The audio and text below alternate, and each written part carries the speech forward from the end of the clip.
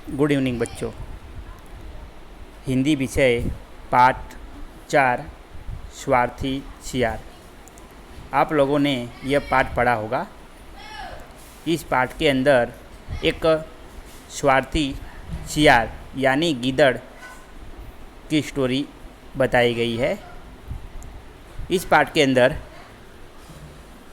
एक खरगोश शुरुआत में भागता हुआ अपने मित्र हिरण के पास आता है और आकर हिरण को बोलता है कि जल्दी मेरे साथ चलो, हमें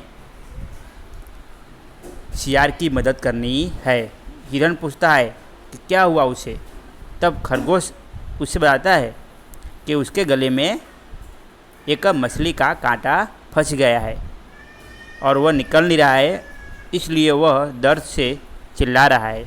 अगर हम उसकी मदद नहीं करेंगे तो वह मर जाएगा।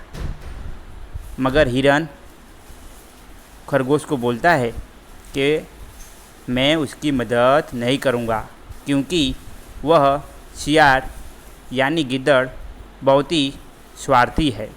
स्वार्थी यानी मतलबी, जो दूसरे की हेल्प ना करता हो, हमेशा अपने बारे में ही सोचता हो, उसे हम स्वार्थी बोलते हैं।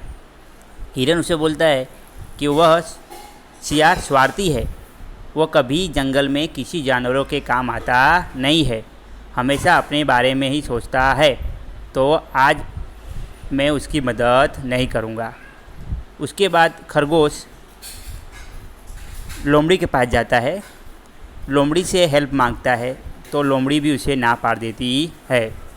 धीमे धीमे खरगोश जंगल के सभी जानवरों के पास जाता है, मगर कोई उसकी मदद करने को तैयार होता नहीं है।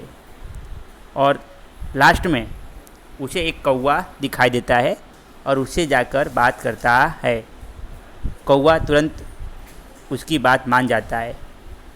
खरगोश उस कौवे को लेकर उस नदी किनारे आता है, जहाँ पर गिद्दड़ दर्द के मारे उल्टा सीधा तड़प रहा था। गिद्दड़ ने जब कौवे को देखा कि यह कौवा मेरी मदद करने आया है, तो वह उससे मीठी मीठी बातें करने लगा कि मुझे बचा लो, तो मैं तुम्हारे लिए हमेशा खाने के नए नए वस्तुएं लाऊंगा, आपको सिर्फ शांति से बैठकर खाने को मिलेगा। ऐसी वह चापलूसी करने लगा। कौवा ने बोला, खाने पीने की बात तो बाद में, लाओ पहले तुम अपना मुंह खोलो, तो मैं तुम्हारे मुंह में देखता हूँ कांटा कहाँ फंसा हुआ है। गिद्दड़ जब मुंह खोलता है तो उसके अंदर कौवे को मछली का कांटा दिखता है। कौवा उसके मुंह के अंदर जाके बैठ जाता है और कांटा निकालने की कोशिश करता है, मगर कांटा गले के थोड़ा अंदर होता है, तो कौवे को थोड़ा और उसके मुंह के अंदर जाना पड़ता है। जैसे ही कौवा का आधा शरीर से भी ज़्यादा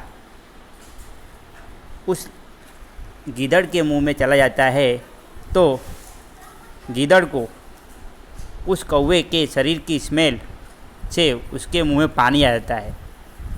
उसका कोमल कोमल मांस और शरीर की भीनी भीनी गंध के कारण वह अपने लोभ को वश में न कर सका और कौवे को चबाने के लिए वह मुंह चला देता है। मगर कौवा बहुत ही होशियार था, वह तुरंत समझ गया और उसने तुरंत ही 6 4 5 6 चोंचे इधर उधर मारने लगा, पंजे मारने लगा और फुर्ती से वह बाहर निकल जाता है।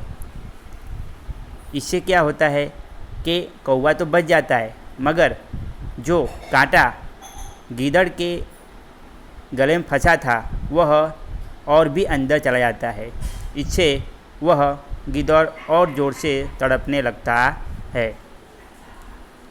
उसके बाद सभी जानवर गिद्दड़ की आवाज़ सुनकर वहाँ आते हैं, मगर कौवा तुरंत अपनी आप बीती बताता है कि मैं इस गिद्दड़ की मदद करने गया था, मगर यह मुझे ही खाने आ रहा था।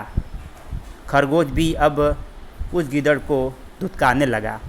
वो भी बोलने लगा कि ऐसे स्वार्थी गीदड़ का मर जाना ही अच्छा होगा। इसकी मदद करने जा रहे हैं, फिर भी यह उल्टा कौवे को ही खाने जा रहा था। ऐसे स्वार्थी का जिंदा रहना हमारे लिए खतरनाक है। और सभी जंगल के जीव जंतु चुपचाप खड़े होकर देखते रहते हैं। कोई भी गिद्दड़ की मदद करने जाता नहीं है। और लास्ट में गिद्दड़ तड़प तड़प कर अपने प्राण त्याग देता है। तो हमें इस कहानी से यह सीख मिलती है कि हमें हमेशा दूसरे की मदद करनी चाहिए, हमेशा एक दूसरे की हेल्प करनी चाहिए, हमेशा अपना स्वार्थ देखना चाहिए नहीं। आप दूसरों की मदद करोगे, दूसरों के काम आओगे, तो दूसरे लोग भी आपके काम आएंगे। ठीक है।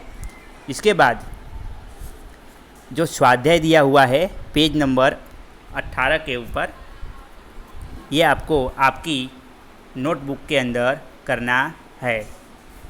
और जो प्रश्नों के उत्तर हैं वह मैं ग्रुप में बाद में भेज दूँगा। ठीक है। ओके।